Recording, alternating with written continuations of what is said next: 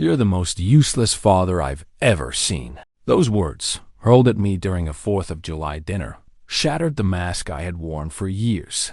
Beneath the fireworks, beneath the clinking glasses and forced laughter, a fire had long been burning inside me, silent, relentless, unacknowledged. That night, a celebration of family became my reckoning, my breaking point, and the moment I chose to reveal everything.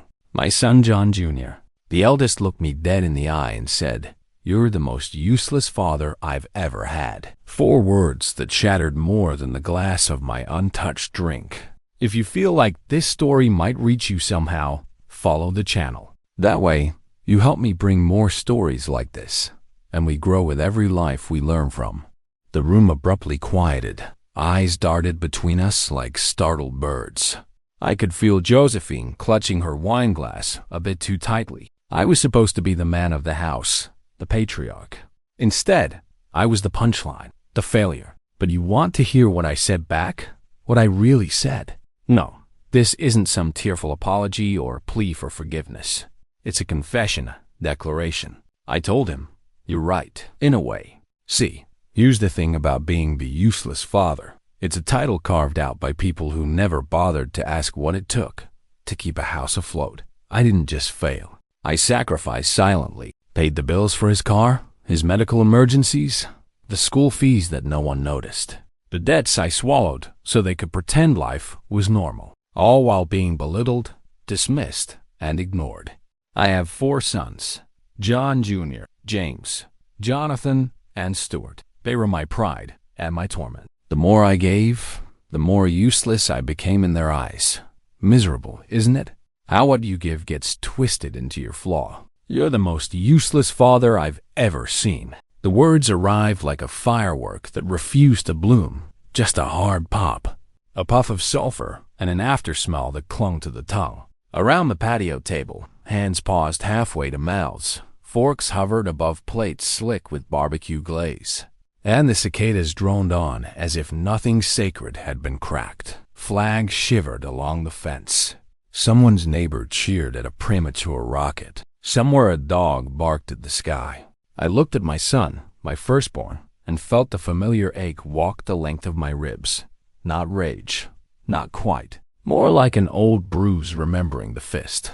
He had my jawline and none of my patience, my eyes and none of my history. Behind him, the late light of July gilded the edges of everything it touched. The grills lit, the beer bottles beaded with sweat, Anis's sparkler tracing a thin silver scream against the darkening lawn. "John," Josephine whispered beside me, a small pressure of her palm under the table, the way one steadies a glass on a ship. 50 years old, soft laugh lines the color of mercy. Eyes that had learned how to stay when pain walks in wearing Sunday shoes.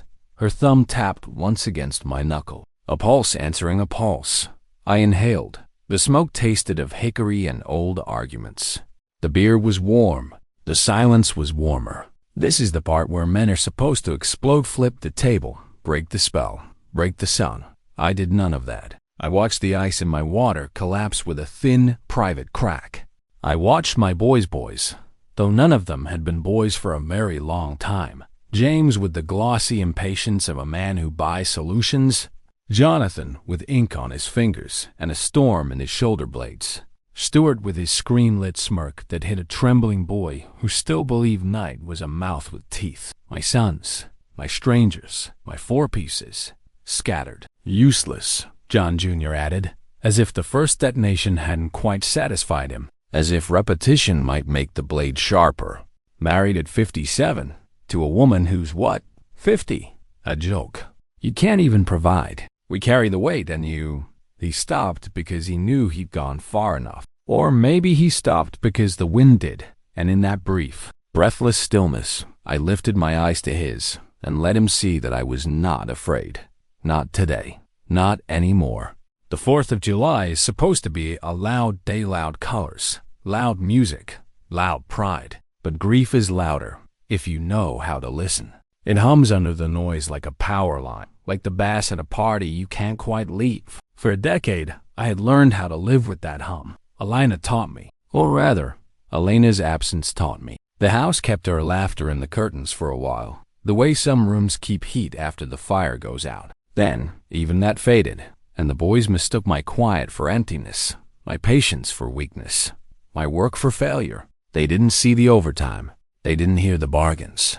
They didn't know the price of keeping a home standing when the wall that held the roof is gone. "You're the most useless father I've ever seen." The line kept repeating in my head, but it changed shape every time it came back, like light through different glass. Useless. When the car was towed and the miracle money arrived from nowhere. Useless. When the ear bill disappeared into math that never reached their phones. Useless. When rent was paid by luck, by aid, by a friend, by any god but the one who raised them. Useless. When my hands were the ones that did not shake at the bank. When my name was the name on the transfer that had no name. I could have spoken then. I could have unsheathed every receipt from the secret life of a father who refuses to let his children drown. Instead, I picked up my glass, let the cold kiss my lip, and I waited. Delay is a dangerous art. Done right, it tightens the net. Done wrong, it looks like fear. My sons have been fed by my delays for years. Tonight I would make them taste it. "Congratulations," James said finally, aiming the word at Josephine with a practiced, brittle charm. "I mean, if that's what this is, an announcement." His grin cut sideways at his brother, an alliance of convenience. "We just worry about you, Dad. That's all. That's all." Two small words that cover a multitude of savageries. Josephine's smile did not break. "We all worry about the people we love," she said gently, as if placing a blanket over something that would keep. "And sometimes we worry for the wrong reasons." "Wrong?" John Jr. laughed. "He works a nothing job. He hides. Enough," Jonathan said softly, not looking up from the napkin where his pencil had been making the same shape for 5 quiet minutes. "Please." The grill hissed as a fat drop found flame. Someone refilled the bowl of chips. No one ate them. The sky's blue thinned. We were all becoming outlines. I could feel the story in me turning slowly at first, then with a steady, inevitable click, like film slipping into the teeth of a projector. Here is the reel you have asked for. Here is the scene you earned. How do you tell the truth without making it sound like a weapon? How do you make it cut clean, not jagged? How do you refuse the old temptation to bleed privately and call it virtue without becoming the man they always accused you of being? You begin at the beginning. You begin at the body. "Elena," I said, and the name came out with a temperature. Josephine's thumb pressed once more to my hand. I let go of the glass. "You remember your mother." A small collective flinch, guilt or grief, hard to parse. The dead disturb the tableware when they are invited to dinner. They pull up a chair, and no one knows whether to serve them or ask them to say grace. "She asked me to take care of you," I said. "Not boast it, not post it, not make it a spectacle you could admire or resent. Just do it." "Dad," James began. "Let him," Josephine murmured, not to them, to me, the gentlest command, the kind that opens a locked door. I could hear the damp click of a sprinkler next door. I could smell sugar hardening on an abandoned plate. I could taste metal adrenaline, the bodies tell. The hum in my ribs was an engine now, so I told the first true thing. "I am not useless," I said, and I did not raise my voice. "I am tired." A pause, and in that pause the smallest shift and angle change that alters the whole picture. Tired is not the same as weak. Tired means there was a labor. Tired implies a past.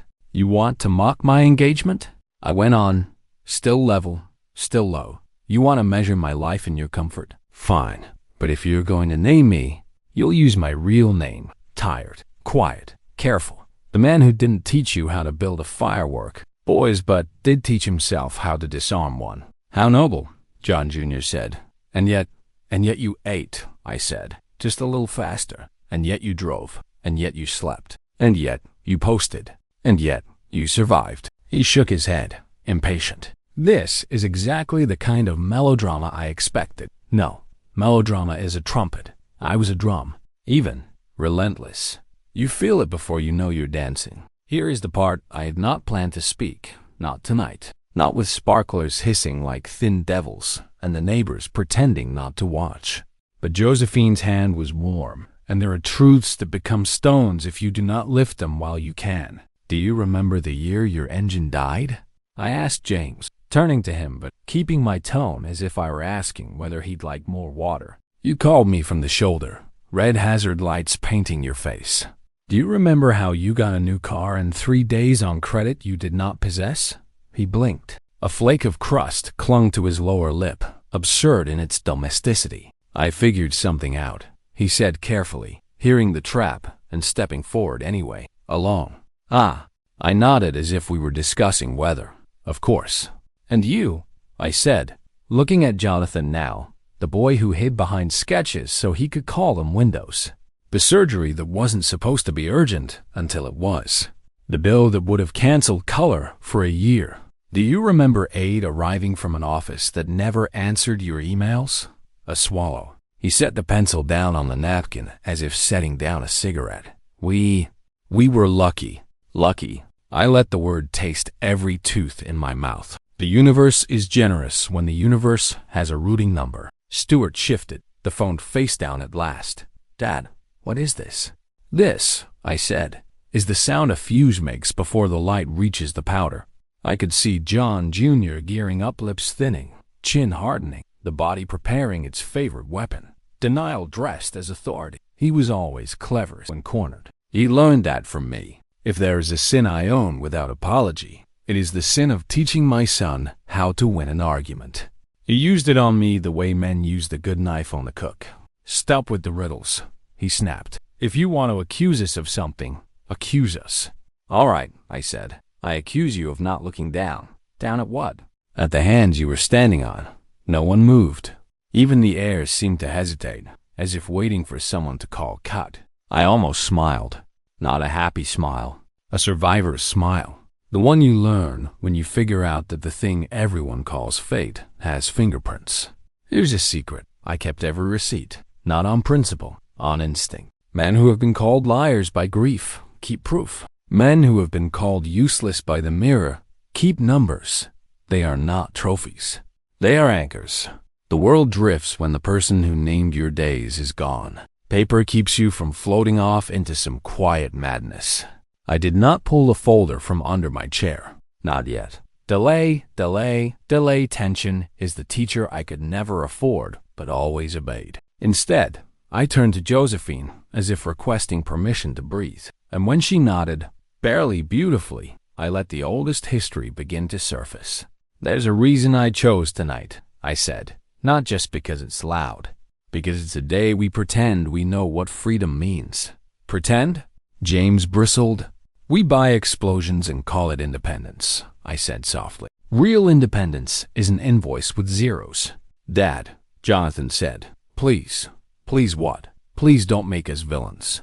I would never, I said, and I meant it. Villains know what they're doing. It landed.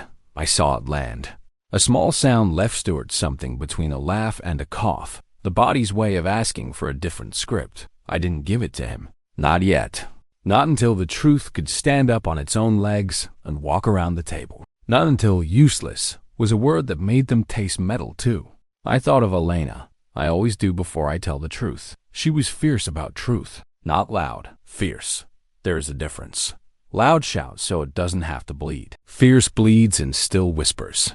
She would stand at the sink, rinsing a glass, look over at me with that startled bird kindness of hers, and say, John, don't call survival small. I took another drink of my warm water. I set it down with care, and then I did the small, merciless thing that changes a family. Before you call me useless again, I said, open your banking apps. What? John Jr. scoffed, but he was already reaching for his phone, fingers moving with a habit's hunger. Go to transfers, I said. Go to the ones with no names. I didn't look at their faces. I listened to them, the breath, the throat, the brief, universal silence of reading. Then the sound started, James's low. Oh, Jonathan's soft Jesus. Stuart small, what the... John Jr. said nothing. John Jr. never says the first truth. He waits to see the cost. Anonymous benefactor, I said. An angel, a grant, a glitch, a friend. Pick your fiction. You like them all. James found his voice first. How long? Long enough to make useless an interesting adjective, I said. Long enough to build 4 lives that never learned the weight of their own names. Why didn't you tell us? Jonathan's question trembled, then steadied. He was the one who could still carry a fragile thing across a street without dropping it. Because love that demands applause is a job, not love, I said. And because your mother asked me to carry you, not count you. But that's not fair, Stuart burst out, which is its own kind of confession. To you. It's not fair to you. I know, I said, and I let the softness into my voice because the boy needed it. Because the boy was the only one who had not yet learned how to make a blade from a sentence. I know. John Jr. lifted his head. His eyes had the glassy brightness of a man who finds a wall where he expected a mirror. So what now? He asked. You expect us to clap? To kiss the ring? To what pay you back? I held his gaze. No, I said. I expect you to stop calling strength a flaw. He laughed once. Dry. Strength. Is that what this is? Yes, I said. Strength is not the sound a man makes when he shouts. Strength is the sound a check makes when it clears. You make it sound heroic. No, I said. I make it sound exhausting. We sat in that, in the truth and the taste of it. The fireworks finally began in earnest low thumps rolling across the neighborhood. Then the jeweled cracks that turned faces upward. We did not look up. We looked across. The sky performed for the children. The table performed for the adults.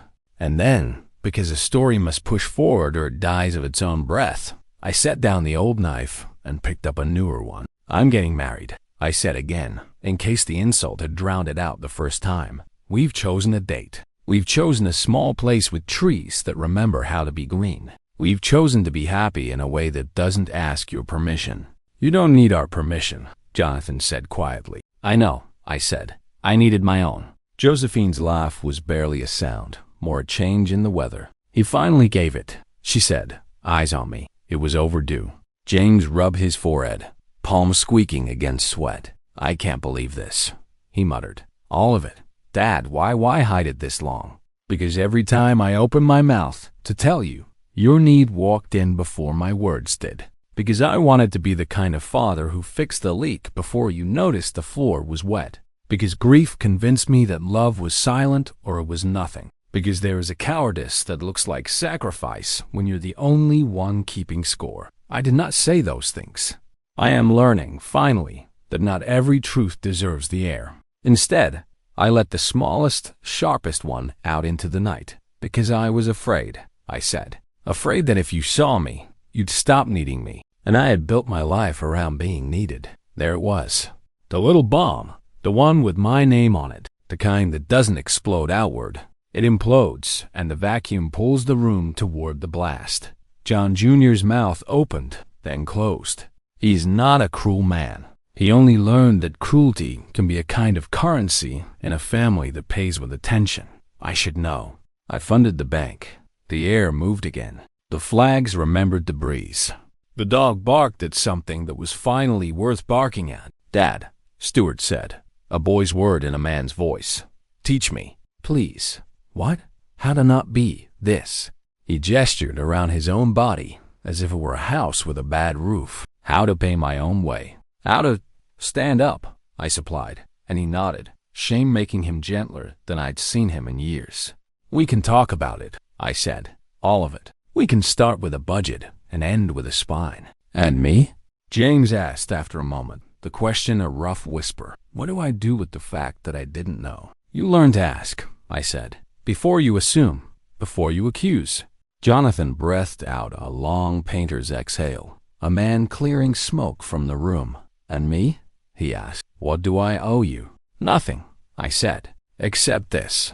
Don't turn this into a painting that excuses you. Turn it into a mirror that changes you. John Jr. finally looked down at his hands.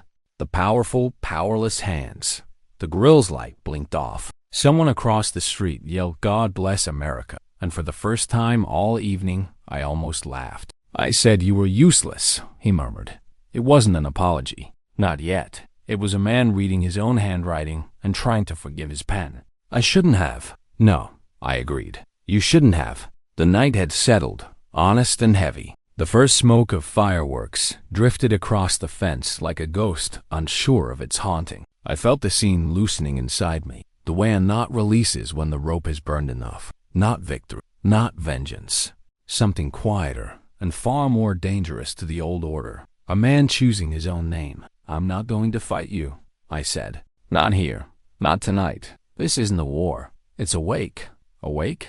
James frowned. "For the story where I disappear so you can feel tall," I said. "For the story where love only counts if no one sees the receipt."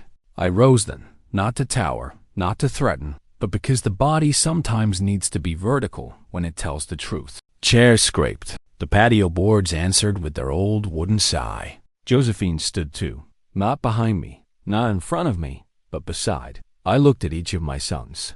I looked long enough for them to shift. I looked until they remembered the last time I had looked at them this way, in a hospital waiting room, at a DMV counter, outside a courtroom where boys swear they'll never be boys again. "I have one more thing," I said, and my voice felt like a road I had paved with my own hands. One more small, sharp thing. I let the silence stretch until it sang. "Tomorrow," I said, "I will stop paying for men who call me useless." And then I sat down, and no one spoke, and the sky, deciding it was tired of waiting for our permission, finally bloomed. I did not sleep that night. I rarely do on holidays. Noise outside, noise inside, neither kind forgives. The fireworks crackled until nearly midnight. Each burst raveling glassware in John Jr.'s cabinets. Each echo reminding me how celebrations often sound like war. By the time Josephine and I slid into our car, the neighborhood smelled of spent powder and overcooked meat. My sons hugged out of habit, not hunger, their arms light as paper, their eyes elsewhere. They were still processing, or pretending not to. I drove with both hands on the wheel, the old habit of a man who learned long ago that distraction is just another name for fate. Josephine leaned her head on my shoulder. "You did well," she said, her voice the temperature of dusk. "Well?" The word almost made me laugh. I detonated a decade of silence. "That's not well. That's war." "War, then," she said, unbothered. "But it just won." The highway unrolled, black ribbon, headlights carving tunnels through the night. My mind replayed the evening in reverse. The smoke before the sparks, the insult before the truth, the meal before the insult, the arrival before the... Then further back, years folding into years. A film reel running the wrong way, carrying me not into silence, but into voices I hadn't heard in years. Elena. The name still struck like a bell in the hollow of my chest. She died in winter, but her absence is every season. She left when the boys were barely men, still halfway between swagger and sob. I remember the hospital, antiseptic sharp enough to cut the lungs. Beeping monitors tapping out a countdown we refused to read. She gripped my hand, that fierce softness that never let me believe love was small. "Take care of them, John," she whispered. "Don't let them break." I nodded, because nodding was easier than promising. Promises taste like lies when you already know the outcome. Cancer is not a villain you can bargain with. It doesn't want gold. It wants hours. And it took hers quickly, leaving me at 47 with 4 boys, 4 debts, and a silence smelled like lavender that would not wash out of the sheets. At first, I believed nodding had been enough, that if I worked harder, sweated longer, showed up earlier, somehow the boys would see effort as love. They did not. Children rarely do. They see absence, not the overtime that makes it. They see the dinner you missed, not the rent you paid. They see the quiet, not the cost. The first time the silence became money was 2015. John Jr. called, his voice brittle with panic. His car had been repossessed. He needed interviews, needed wheels, needed a miracle. Fathers are not gods, but we learn to imitate one when our children demand resurrection. I drained a savings account, wired the money, and told him it was a grant. He believed it, wanted to believe it. Gratitude turned to swagger within a week. The universe provided, he posted online. The universe. I clicked, like, quiet is cheaper than truth. 2018. James's divorce. Court fees, alimony startup, debts taller than his pride. He called at midnight. "Dad, I can't lose everything." 5,000 vanished from my account, reappearing in his as a settlement windfall. He strutted at family dinners. I nailed it, nailed nothing, hammered my marrow. Again I smiled. Again I clapped. Silence has a price. I paid it. 2020. Jonathan. Pandemic had strangled his art. Rent looming like a guillotine. Stimulus came through, he said one night. Relief spilling like cheap wine. Except it hadn't. The government had failed him. I hadn't. I wired the transfer, labeled it extra. He pinged it again, posted again, spoke of fate and faith and fortune. I said nothing. Silence, silence, silence. 2022. Stewart. DUI scare. Lawyer fees. The kind of trouble that eats young men before they know they are men. Insurance loophole, he bragged. No loophole. Me. Always me. The loop was me closing, tightening, choking. 4 sons, 4 rescues, 4 secrets.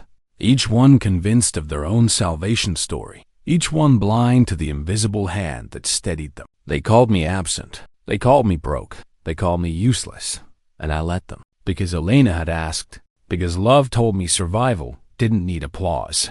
Because grief convinces you that silence is noble when really it is cowardice wearing a halo. And so, July 4th. So, the insult. So the fuse finally finding powder. That night, after the dinner, after the confrontation, I stood in my study with the bourbon I swore I wouldn't pour. The room smelled of wood polish and old books, dust catching the lamplight like little ghosts.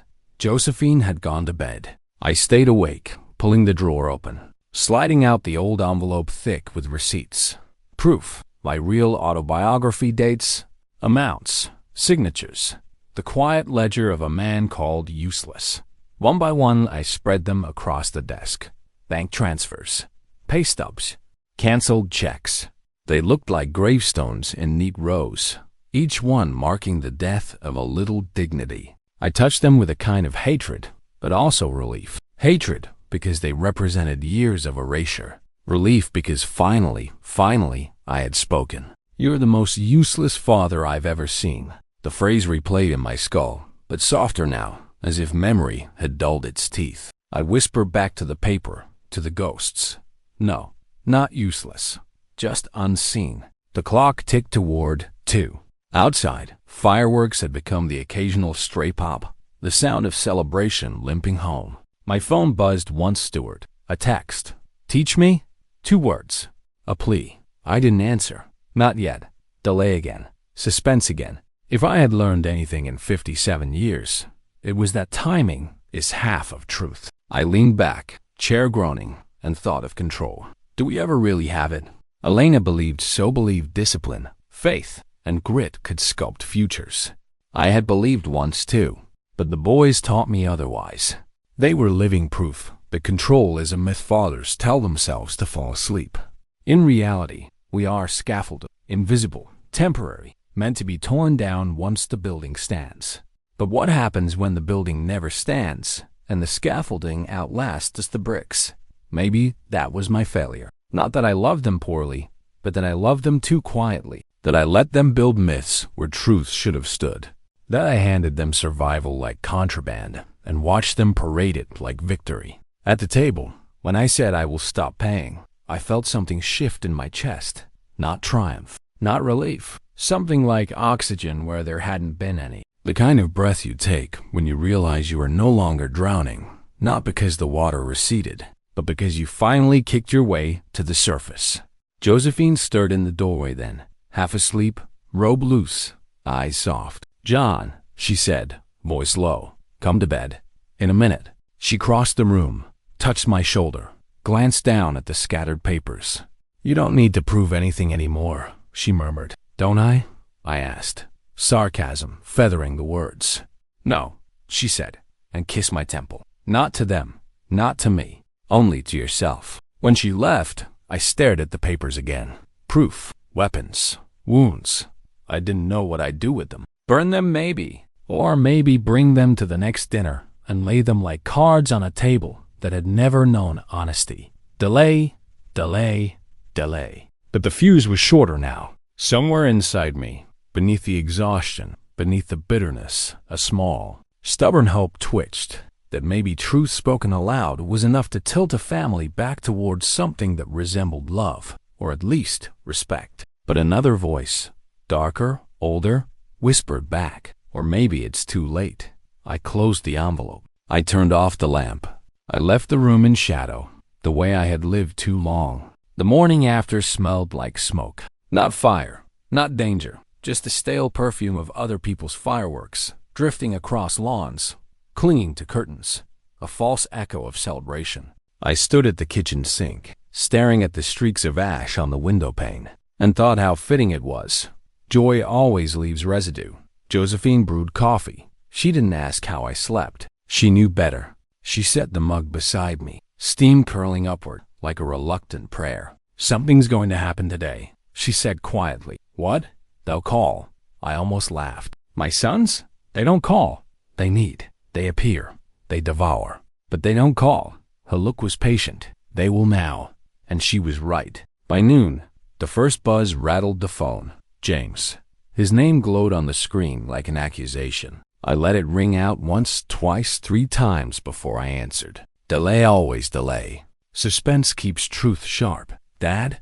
His voice was tight, thinner than usual, as if guilt had shrunk it. "About last night." "Yes. I didn't know. About the money. About all of it. I thought you just failed?" Silence. A breath. Something like that. I sipped coffee. It burned, bitter and black. And now? And now I feel like I've been blind. Like we all have. "I'm sorry, Dad." Sorry. A small word, easy to say, lighter than the weight it's supposed to carry. I let it sit in the air, thin and inadequate, before replying. "You weren't blind, James. You closed your eyes. Difference matters." He exhaled hard. "Okay, then, what do you want me to do?" "Learn to open them." He said nothing after that. The silence stretched, awkward and raw, until he muttered another sorry and hung up. 1 son down, 3 to go. By evening, Jonathan showed up at my door. Not a call, not a text. He came in person. Sketchbook under his arm, hair unwashed, eyes rimmed in fatigue. He stood there like a man waiting for judgment. "I painted something," he said. "You always do. This one's for you." He handed over the canvas. Swirls of blue and gray, streaks of black cutting through like lightning. At the bottom corner, a fragile figure bent beneath the weight of 4 towers. "Unseen pillars," he'd written. "It's not enough," he said quickly, his voice catching. "It's God. It's not even close. But it's all I have right now." I looked at the painting, then at him. He had Elena's eyes. Her sorrow, her stubbornness.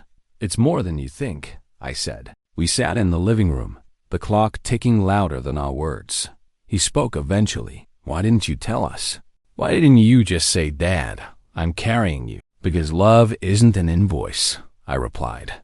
"And because your mother asked me to carry you, not to shame you." He rubbed his hands across his face.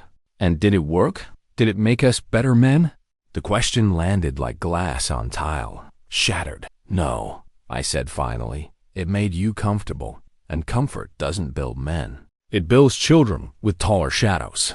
He cried then, not loudly, not theatrically, but with the quiet desperation of a man realizing the foundation beneath him had always been borrowed. I didn't reach for him. I let him sit in it. Sometimes love is letting the sting last. The next day, Stuart texted again. "Teach me." Then, 5 minutes later, "Please." I didn't answer right away. I went to my study, pulled the envelope of receipts from the drawer, and laid them across the desk again. Stuart's name appeared too many times for a boy his age. Rent, repairs, lawyers. His crises had been my calendar. When I finally called him, his voice cracked like he'd been waiting by the phone. "Dad?"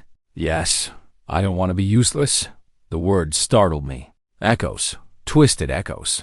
My insult returned, inverted, refracted. "Then stop behaving as if survival is someone else's job," I said. "I don't know how." "Good," I replied. "That's the first honest thing you've ever said.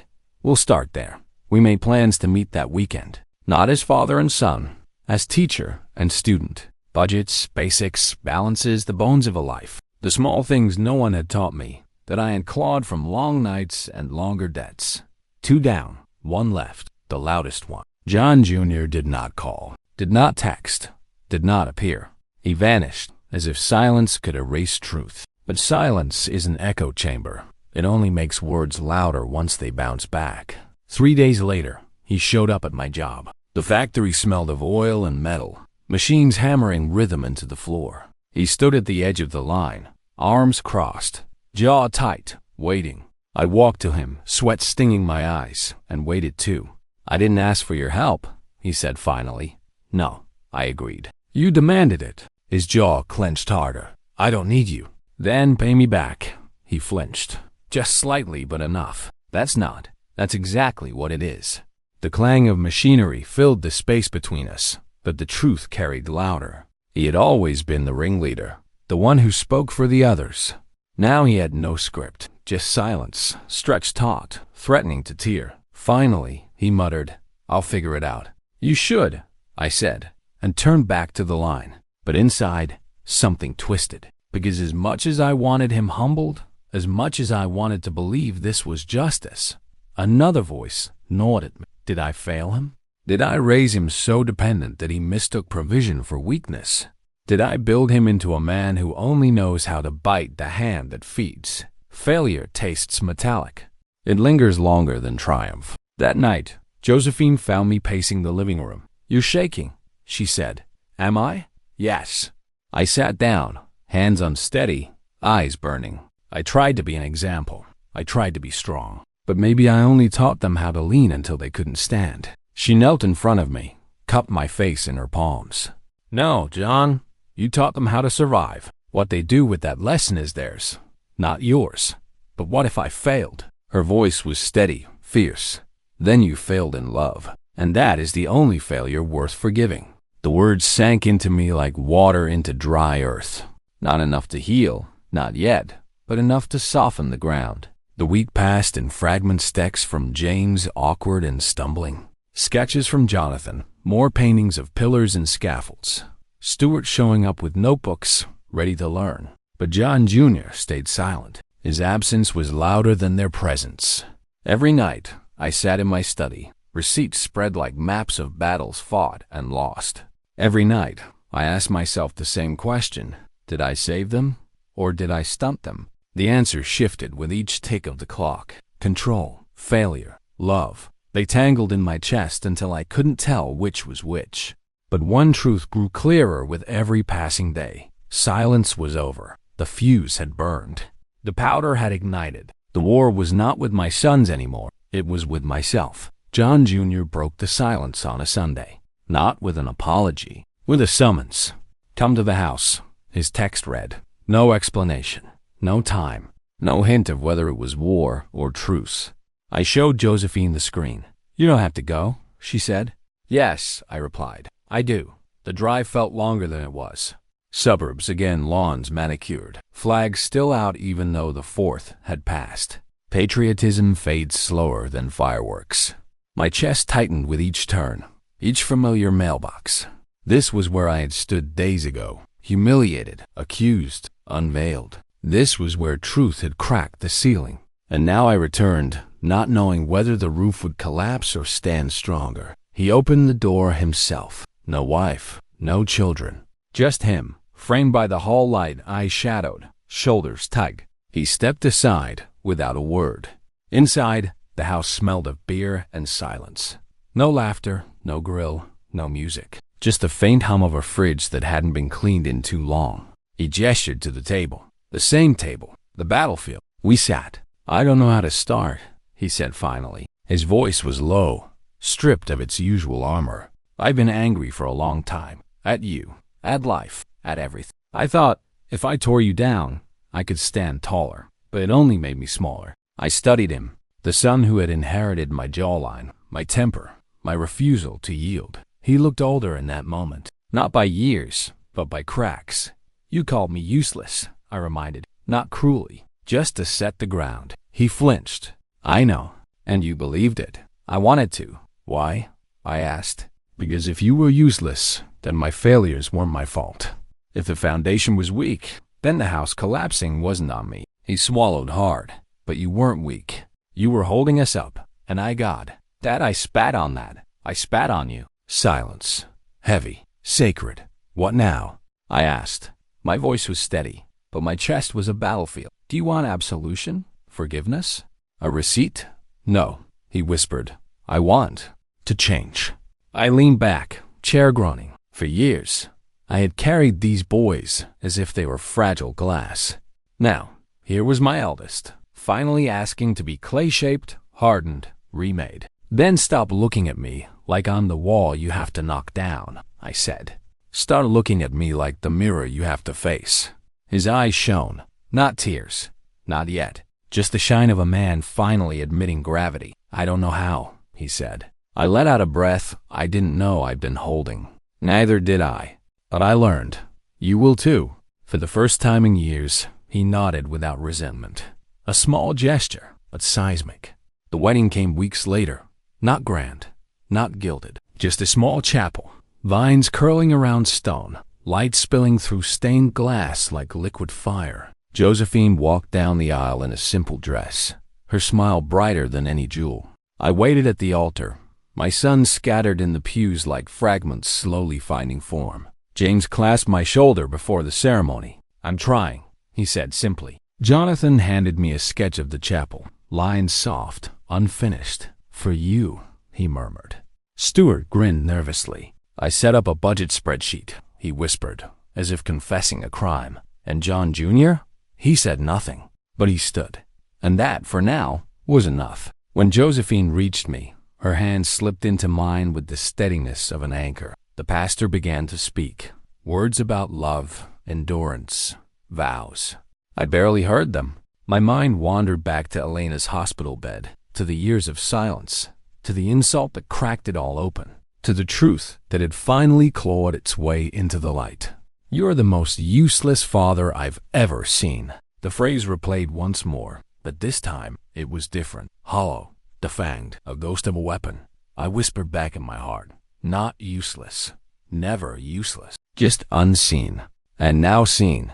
When the vows were done, when Josephine's lips met mine, when applause rose around us like a tide, I felt something loosen inside me. Not triumph, not vengeance. Something quieter, deeper. Release.